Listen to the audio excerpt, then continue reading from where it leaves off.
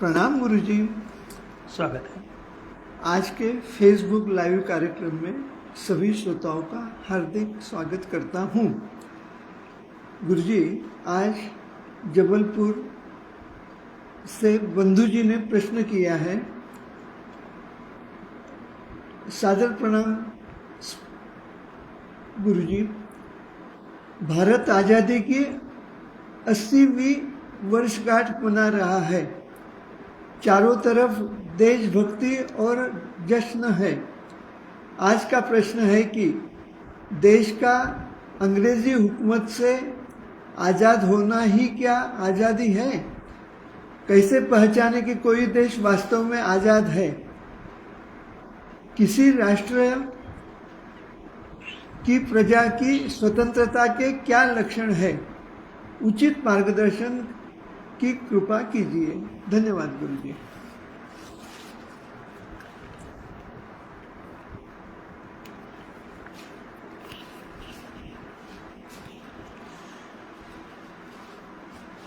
बहुत अच्छा प्रश्न है। अभी आप लोगों ने विगत कल 15 अगस्त मनाया।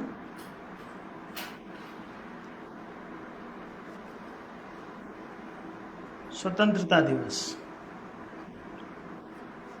भारत एक राष्ट्र के रूप में स्वतंत्र बताया जा रहा है कि 15 अगस्त को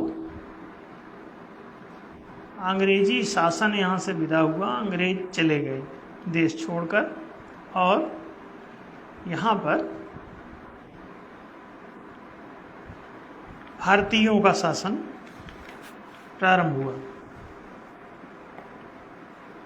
इसी को बताया गया कि आज़ादी हो गई। वास्तविक बात यह है कि जब देश के नागरिक उसी दशा में हैं जिस दशा में वो अंग्रेजों के राज में थे, उससे पहले वो मुगलों के राज में उसी दशा में थे, उससे पहले वो दूसरे जो शक हूण, जिनको कई प्रकार के, कोई मौर्य वंशी, कोई और वंशी के नामों से जानता है,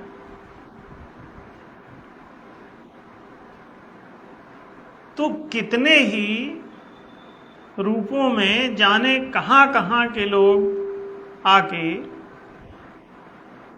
इस देश को गुलाम बनाते रहे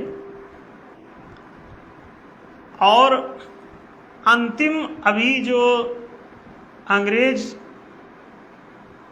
शासन हटा और नए सिरे से शासन प्रारंभ हुआ, तो वो 15 अगस्त 1947 है।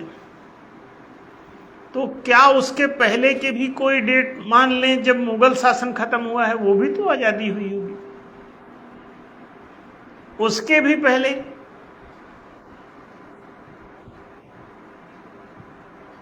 और जो दूसरे प्रकार के शासन रहे, कभी कोई खिलजी, कभी कोई कासिम, कभी तुगलक,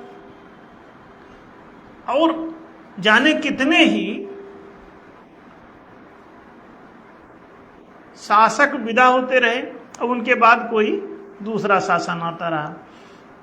उससे पहले शकों और हूणों का कब्जा रहा, तो क्या उनका जब शासन खत्म हुआ तो वो भी देश आजाद हुआ था?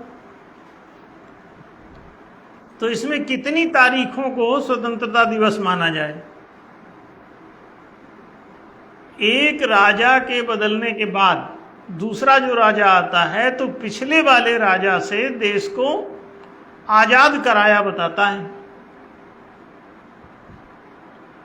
अभी कांग्रेस ने जब अंग्रेजों को हटा के सत्ता प्राप्त की तो उन्होंने कहा देश आजाद हो गया।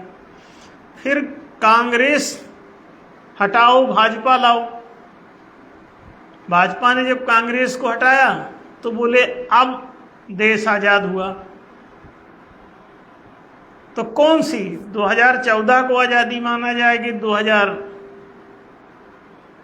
और उससे पहले भी कई उठापटक हुए हैं।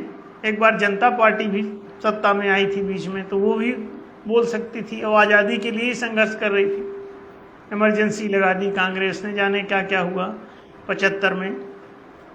फिर 77 में आज़ादी मान लो कि 1977 में भी आज़ादी हुई, माने तो 47 में आज़ादी, फिर 77 में आज़ादी, फिर 80 में फिर से गुलामी, फिर से आगे बीच में एक दो बार और आज़ादी, फिर 14 में नए सिरे से भाजपा सत्ता में आई। वाजपेयी 4 में रिटायर हुए तो 4 से 14 तक फिर कांग्रेस का कब्जा देश पर। फिर उसके बाद भाजपा सत्ता में आई तो इन्होंने कहा कि ओरिजिनल आज़ादी ये है। इसी तरह से कई प्रकार की आज़ादियों का आपको सपना दिखाया जाता है ताकि आप गुलामी की अवस्था में ही आज़ाद अनुभव कर सकें, परतंत्र रहते हुए ही स्वतंत्र अनुभव करें। इस बात का अगर पर्व बीच में मनाया जाए, हर साल एक कोई डेट घोषित कर दी जाए और उस दिन कोई बैंड बाजा, पटाखे, मिठाई, झंडा, प्रभात फेरी, ये सब होता रहे, नारेबाजी, पंपलेट, पोस्टर सब चलते रहें, तो आपको पता चलेगा कि आप आज़ाद हैं। नहीं, आज़ादी किसी उत्सव से नहीं सिद्ध होगी। आज़ाद होने के लिए आपको मालिक बनना पड़ेगा।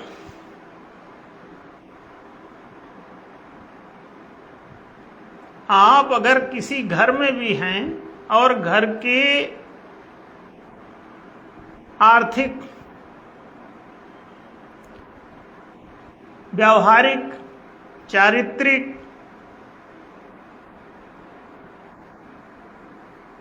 और आध्यात्मिक मामलों में आप स्वतंत्र नहीं हैं, तो एक घर के अंदर भी आप परतंत्र होंगे। घर के अंदर भी अगर आप आर्थिक मामलों में स्वतंत्र नहीं हैं तो आप परतंत्र हैं। घर के मामलों में, अब वो घर हो, समूह हो, समाज हो, संगठन हो, कोई भी हो, जहां भी कोई मैं और तू का संयोग है, जहां भी पारस्परिक कोई भी संबंध स्थापित है, तो उस संबंध में उन दोनों के बीच परस्पर दो प्रकार की स्थिति हो सकती है। एक तो सकारात्मक और दूसरी नकारात्मक। सकारात्मक अगर संबंध है तो उसी को आप संबंध कह पाओगे, सम्यक जोड़ गांठ, नहीं तो दुर्बंध हो जाएगा। आपका जो बंधुत्व है, आप बंधा हुआ तो अनुभव कर रहे हैं क्योंकि आप समूह में जुड़े हैं, आप परिवार में जुड़े हैं, आप समाज में जुड़े हैं, आप राष्ट्र में जुड़े हुए हैं एक दूसरे से, आप नागरिक, वो भी नागरिक। इन दोनों पक्षों के बीच में संबद्धता है या दुर्बद्धता है, और किन किन मामलों में ये संबंध और दुर्बंध सिद्ध होने वाले हैं। एक में तो आप सहज जैसा आप हैं वैसा दूसरा है, जो आपके अधिकार है वही दूसरों पे अधिकार है, और दूसरे में आप किसी और प्रकार के होते हैं, उसमें आप समाधिकारी नहीं होते, उसमें होते हैं आप जो सबल होगा वो मालिक बन जाएगा, और जो अपेक्षाकृत उससे कम बलवान होगा उसको नौकर बनना पड़ेगा।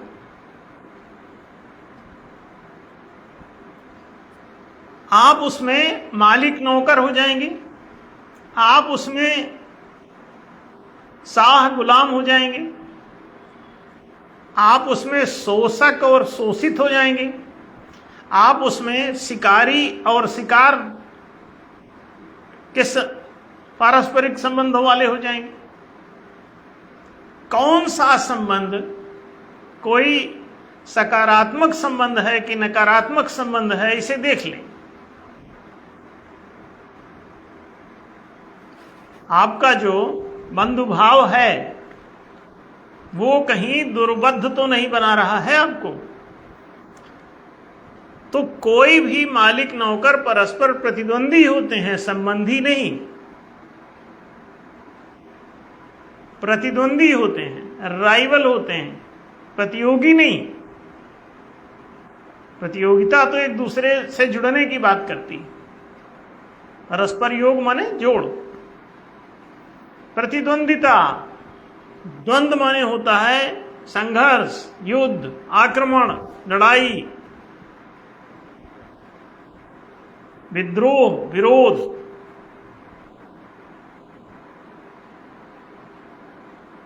और संबंध माने होता है सहजीवन, सहकार, सहयोग।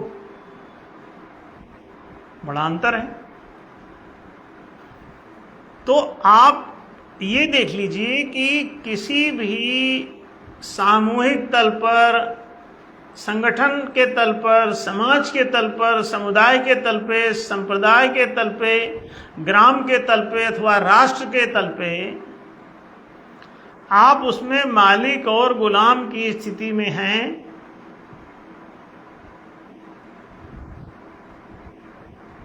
दस्यु और दास की स्थिति में हैं। दस्यु माने डकैत और दास माने गुलाम। तो एक जो है उसमें सबल वर्ग जो है वो लठैत आपको कब्जे में कर लेगा। जिसकी लाठी उसकी भैंस का सिद्धांत, जंगल राज चालू हो जाएगा। उसमें कोई सामाजिकता नहीं, कोई सामुदायिकता नहीं, कोई समाधिकारिता नहीं, कोई उसमें सहजीविता नहीं, कोई सभ्यता नहीं। आप जंगली वहसी पशुओं की भांति परस्पर विरोधी हो जाएंगे। और ये दुर्बद्धता जितनी बुरी होती जाएगी उतने क्रूर व्यवहार आपके प्रारंभ हो जाएंगे, उतना एक दूसरे को टार्चर करेंगे, मारेंगे, सताएंगे। और सतेगा कौन? जो कमजोर वर्ग है, जो अबल वर्ग है, जो दबा कुचला, जो पिछड़ा उबर नहीं पा रहा है, वो सबल वर्ग के द्वारा पूरी तरह से टार्चर्ड होगा, त्रस्त होगा, उत्पीड़ित होगा, सब छीना झपटी का शिकार होगा। तो उसमें जो सबल वर्ग के पास सारे अधिकार हैं वो अबल वर्ग के पास नहीं होंगे। अबल वर्ग के सब कर्तव्य बताए जाएंगे और सबल वर्ग के सारे अधिकार बताए जाएंगे। अब वो चाहे अंग्रेजों का राज हो, चाहे मुगलों का राज हो, चाहे इस्लाम का राज हो, चाहे हिंदू का राज हो, चाहे बनियों का राज हो, कि शूद्रों का राज हो, कि दलितों का राज हो, आदिवासियों का राज हो, निषादों का राज हो, कि भंगियों का राज हो, कि आगंतुकों का राज हो, डकैतों का राज हो, कि सज्जनों का राज हो। यदि किन्हीं भी दो पक्षों के बीच में समाधिकारिता नहीं है तो आप जंगल राज के शिकार हैं। और जंगल में वही जो सबल वर्ग है वही मालिक बन जाता है, बाकी सबको गुलाम बनना पड़ता है, नौकर बनना पड़ता है। तो आप समझ सकते हैं कि मिल्कियत के लिए समाधिकारिता चाहिए, समाधिकारिता आपकी आर्थिक मामलों में, सांस्कृतिक मामलों में, साभ्यतिक मामलों में और आध्यात्मिक मामलों में, ये 4 मामलों में आप अपना देख लीजिए कि आपको समाधिकारिता प्राप्त है या नहीं। आपका आध्यात्मिक उत्थान के लिए, आपका शारीरिक, मानसिक, भावनात्मक, चेतनात्मक विकास के अवसर आपको प्राप्त हैं कि नहीं, सुविधाएं उसकी प्राप्त हैं कि नहीं। नहीं है तो मतलब आध्यात्मिक दृष्टि से आप कंगाल हैं। अच्छा, सभ्यता में देखिए कि जो आपको समाज में पद प्राप्त है, वो दूसरे को भी उस प्रकार से पद प्राप्ति का अधिकार है या नहीं जिस प्रकार से आपको है। अगर वहां पात्रता परीक्षण की बात है तो पात्रता परीक्षण में सब बैठे और जो जिस पद पे नियुक्त होता है वो नियुक्त हो जाए।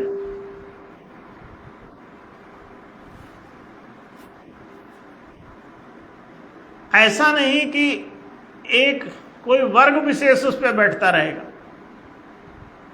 किसी भी ऊंचे पद पर, अब बाकी दूसरे को बैठने का मौका नहीं मिलेगा। नहीं, अगर उस पद के लिए कोई पात्रता है तो खुली प्रतियोगी परीक्षण रखो और जो भी उस पर बैठने लायक है, जो सबसे ज्यादा योग्य सिद्ध हो जाए परीक्षणों में, उसको बैठा दो।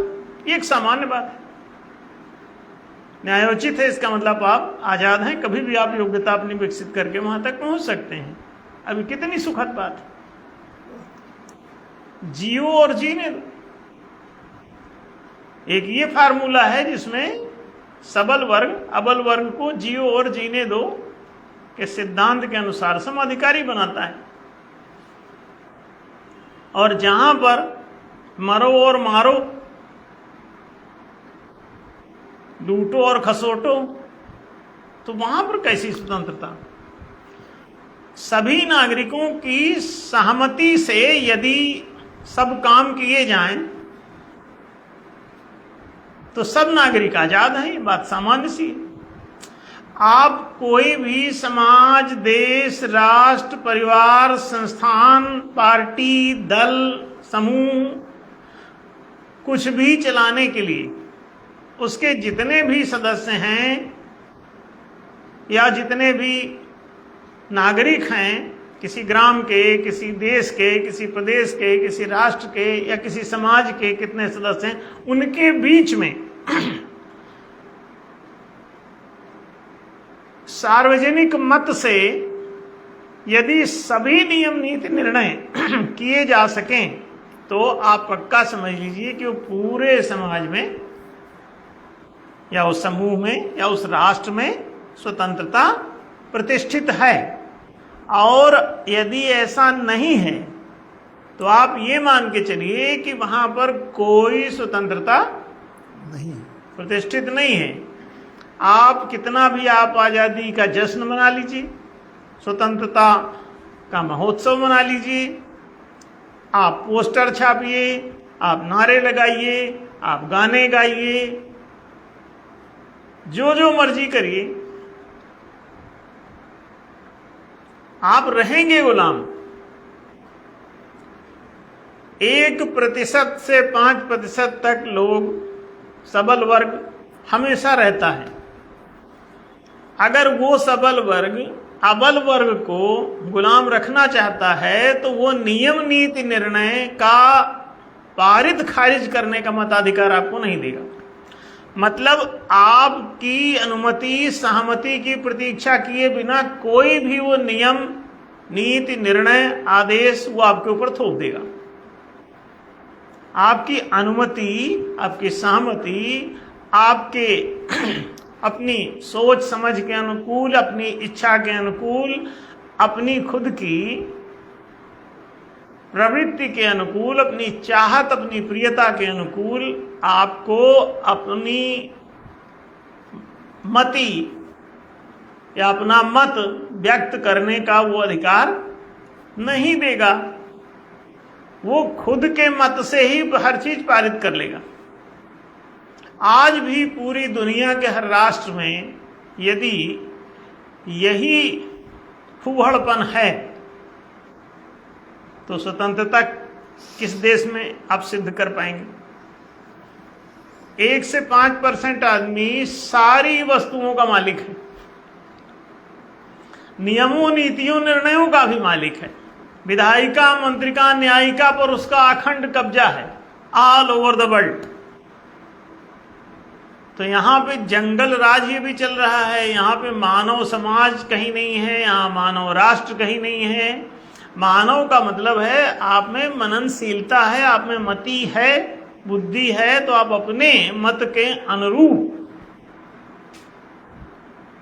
सहमति या सहमति व्यक्त कर सकते हैं किसी भी नियम, नीति, निर्णय पर, और जो भी सार्वजनिक बहुमत सिद्ध हो जाए उसे आप लागू कर लें। तो ये बात ज्यादा सर्वात्मक होगी, ज्यादा सर्वहितकारक होगी और ज्यादा सत्यात्मक होगी, ज्यादा ब्रह्मात्मक होगी, ज्यादा, जो ब्रह्म माने व्यापक होता है। तो जो बात जितने अधिक मतों से पारित होगी वो उतनी ज्यादा सर्वहितकारी होगी, और जो बात 1% से 5% के मतों द्वारा ही पारित खारिज हो रही है, वो बात कैसे सिद्ध होगी सर्वहितकारी? जाहिर है कि चंद गुंडों के हितों की ही उसमें प्रतिष्ठा होने वाली है। तो आप समझ सकते हैं कि आर्थिक न्याय के बिना, सांस्कृतिक न्याय के बिना, व्यावहारिक न्याय के बिना और आध्यात्मिक न्याय के बिना आप किसी भी देश को आजाद नहीं मान सकते। आजादी के लक्षण भी हैं। यदि भूमि स्वतंत्र है किसी राष्ट्र की, यदि भूमि स्वतंत्र है, तो आप समझ लीजिए कि पूरा राष्ट्र आजाद है। पहला लक्षण भूमि की स्वतंत्रता। फिर मुद्रा की स्वतंत्रता। आप भूमि को स्वतंत्र कर दीजिए, केवल हथकड़ी बेड़ी काट देने से स्वतंत्रता सिद्ध नहीं होती। आपकी हथकड़ी काट दिया और जमीन को कब्जिया लिया उसने, अब आप खाएंगे क्या, उगाएंगे क्या? तो मजबूरी में उसकी जमीन पे जाके काम करना पड़ेगा आपको। तो हथकड़ी बंधी रहने दो, चाहे खोल दो, आजादी सिद्ध नहीं होगी। हथकड़ी बेड़ी के बिना भी भूमि को कब्जे में लेकर के आपको गुलाम बनाया जा सकता है, बना रखा है लोगों ने पूरी दुनिया में। पहले हथकड़ी बेड़ी में जकड़ करके बांध के गुलाम रखे जाते थे। जब इस दास प्रथा का विरोध हुआ, कुछ शिक्षा उच्छा बढ़ी, जहां जागरूकता बढ़ गई, तो लोगों ने कहा ये क्या तरीका है, आदमी को बांध बांध के रखते हो। घरों घरों में बंधे हुए रहते थे खूंटे से, जंजीरों से गुलाम। पुरानी तस्वीरें आप क्लिक करके देख लीजिए, अभी भी गूगल पर मिल जाएंगी, बंधे हुए लोग। अभी भी कई के, अभी तो एक फैक्ट्री पकड़ाई थी, उसके अंदर बहुत सारे मजदूरों को अंदर बांध रखा था और उनसे सब काम लिया जाता था। दोना पत्तल की कोई फैक्ट्री थी। पुलिस ने बड़ी मुश्किल से उनको छुड़वाया। बल्लमों से उनको कोंच कोंच के मारा जाता था, लकड़ियों से ठोका जाता था, डंडों से पीटा जाता था, तनख्वाह भी नहीं दी जाती, अंदर बांध रखा था सबको। जिंदा रखने के लिए और काम लेने के लिए उनको खाना देके अंदर अंदर सब काम करा लेते थे और खूब मारते थे, बाहर निकलने भी नहीं देते थे। अभी अभी कहीं से छुड़ाया उनको। आप हथकड़ी बेड़ी बांध के, ये तो बहुत ही बर्बरकालीन गुलामी की व्यवस्था थी। बाद में उन्होंने चालाकी से जमींदारी प्रथा तैयार कर ली और ये हथकड़ी बेड़ी प्रथा छोड़ दी। लगा कि लोग आजाद हो गए। उन्होंने कहा जमीन पकड़ लो, ये अपने आप वहां पहुंचेंगे। हथकड़ी बेड़ी बांध के भी उन्हीं जमीनों में ही काम कराना था। अगर हथकड़ी बेड़ी बांध करके भी वही काम कराना था जमीन में, तो बोले जमीन को ही रजिस्ट्री एक्ट बना लो और कुछ लोगों के नाम पे रजिस्ट्री कर लो, फिर पुलिस बल से दूसरे को मत जोतने दो। कोई जोतते तो उसे जेल में डाल दो, मारो कूटो, मुकदमा चला दो उसके ऊपर, पुलिस के लट्ठ बजाओ। अब वो मजबूरी में उस जमींदार के पास जाएगा और कहेगा कि उसको नौकर रख लो। क्यों? जमीन तो सब रजिस्टर्ड हो गई बड़े लोगों के नाम। सबल वर्ग के नाम। अब बचा जो अबल वर्ग, वो 99% है, और 4% उसमें से उसके चाटुकार लठैत बन जाते हैं। उस महागुंडे के जो छुटभइये गुंडे रहते हैं उसके चाटुकार हो जाते हैं, 4% रहते हैं, वो तनख्वाहिये रहते हैं और तनख्वाह लेके और सबको मारते कूटते चलाते रहते हैं। 95% क्लियर कट गुलाम होते हैं, चाहे हथकड़ी पेड़ी बांध के और चाहे रजिस्ट्री एक्ट के द्वारा भूमि को गुलाम बना के।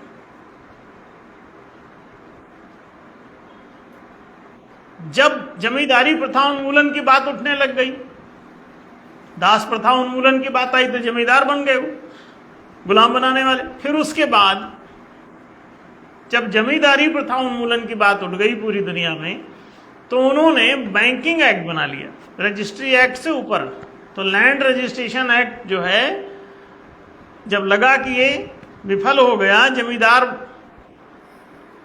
इनको साबित करके और इनका विरोध होने लगा, तो उन्होंने बैंकिंग एक्ट पारित कर लिया और उसके जरिए मुद्रा को कैप्चर कर लिया। बोले मुद्रा कैप्चर कर लो तो जमीनें भी कैप्चर हो जाएंगी और मनुष्य भी कैप्चर हो जाएंगे। तो बड़ी सफाई से इन दोनों को गुलाम बनाने के लिए मुद्रा को उन्होंने कैप्चर कर लिया। मौद्रिक नियंत्रण पॉलिसी बनाई,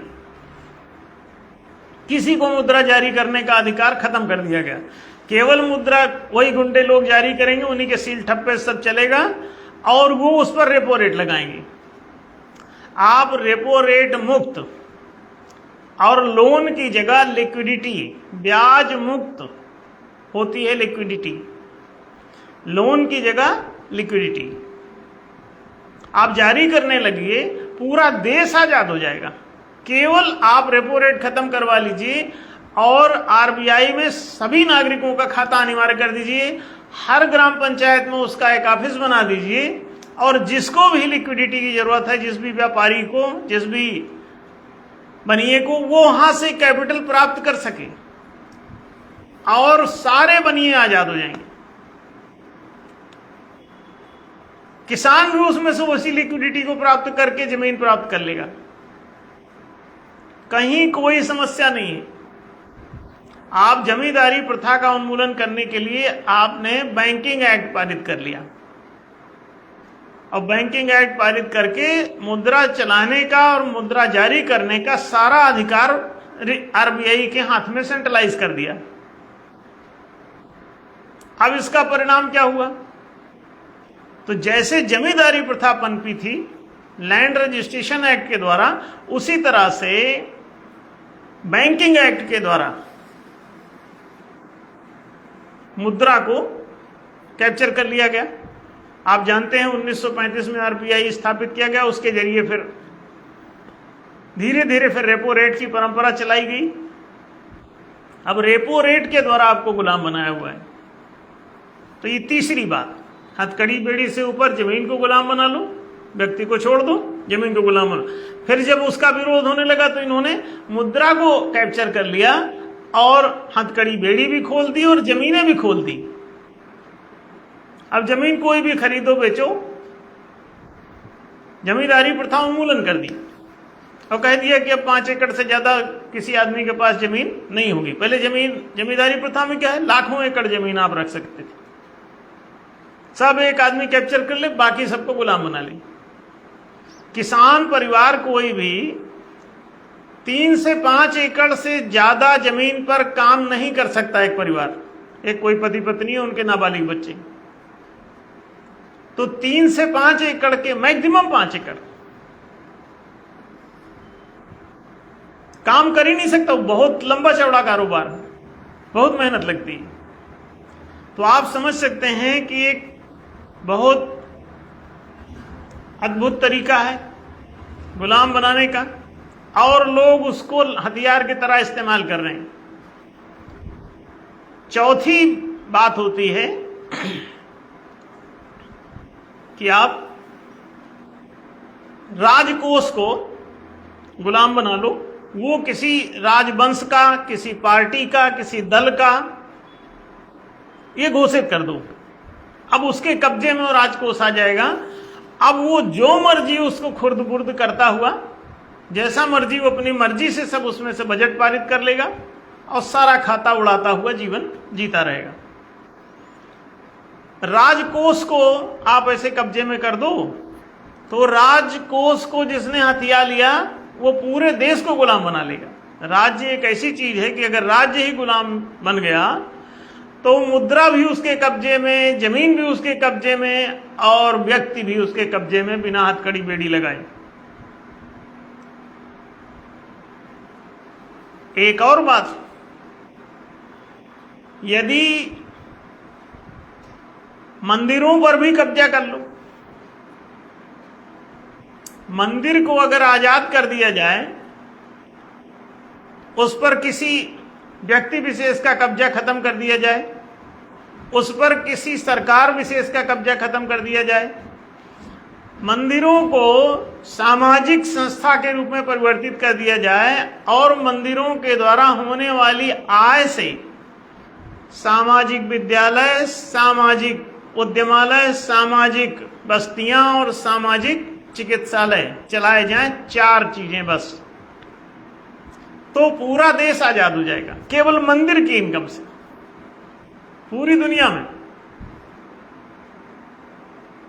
मंदिर, मस्जिद, गुरुद्वारा, चर्च, मठ, इनमें इतना पैसा आता है कि आप कल्पना नहीं कर सकते। लेकिन वो भी चंद सबल वर्ग के द्वारा वो भी कैप्चर्ड है, अथवा सरकारों ने हथिया लिया है।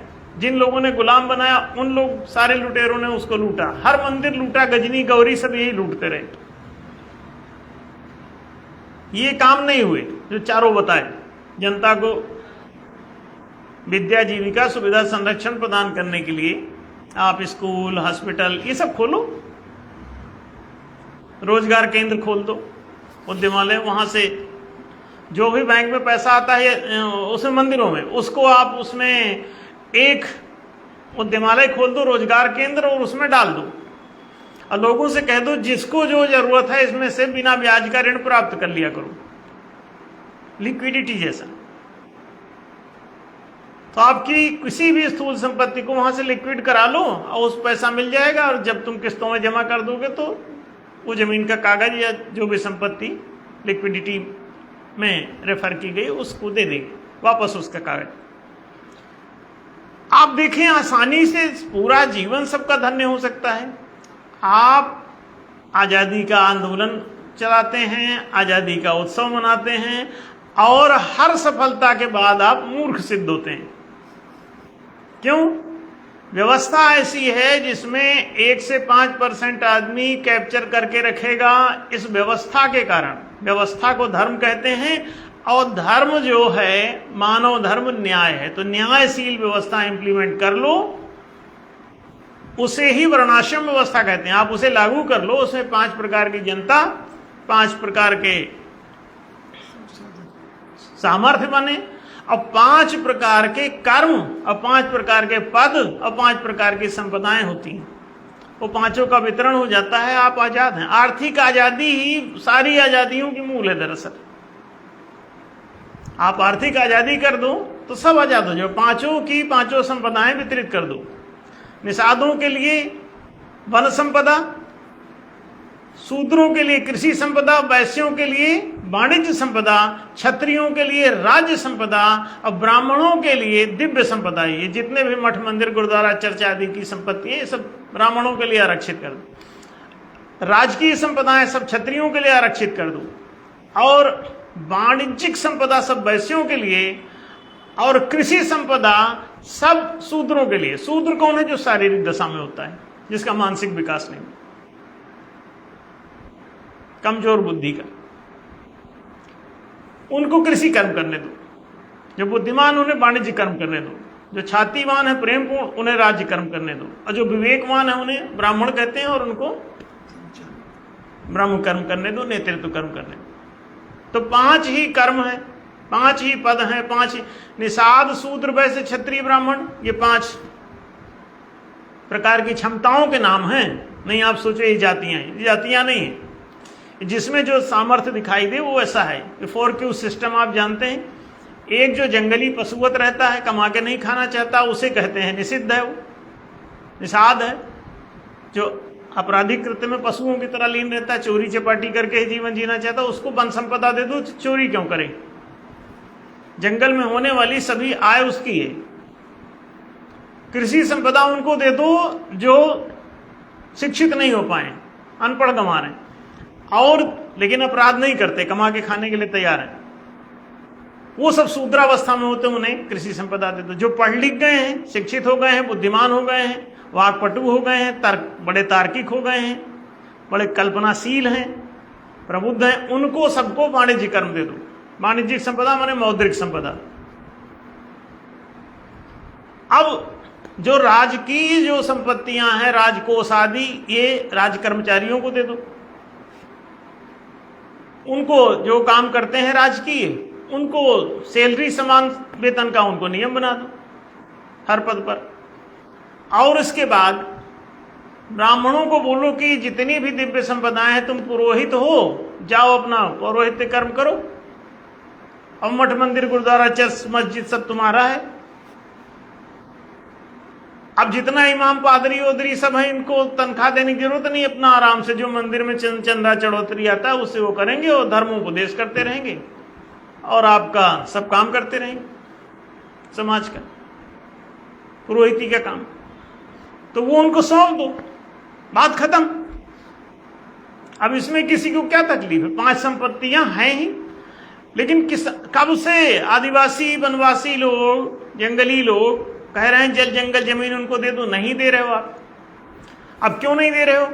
आप इसलिए नहीं देना चाहते हो कि आपके कब्जे में चीजें बनी रहें।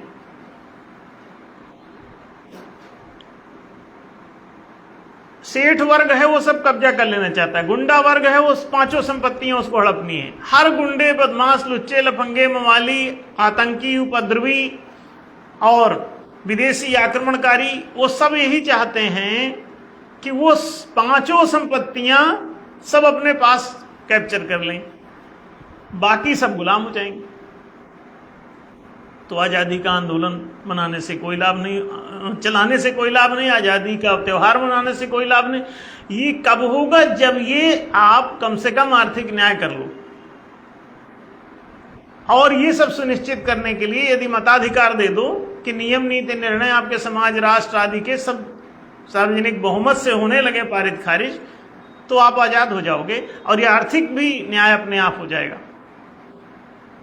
तो ये छोटे छोटे सूत्र हैं, छोटे छोटे फार्मूले, आप इनको इंप्लीमेंट करके देखो, सभी लोग धन्य हो जाओगे, मुक्त हो जाओगे, आजाद हो जाओगे, स्वतंत्र हो जाओगे। हमारी अग्रिम बधाइयाँ। इसकी जब भी आपको अकल जाग जाए तो हमसे संपर्क करें और आज़ादी प्राप्त कर लें। ठीक है डॉक्टर साहब? जी गुरु जी, धन्यवाद गुरु जी। आपने स्वतंत्रता का सही अर्थ में स्पष्टीकरण दिया। आप सभी दर्शकों से अनुरोध है कि आप गहराई से ये वीडियो सुने, सब्सक्राइब करें, अपने ग्रुप में भेजें, ताकि सही अर्थ में स्वतंत्रता का लाभ जनता को मिल सके। धन्यवाद।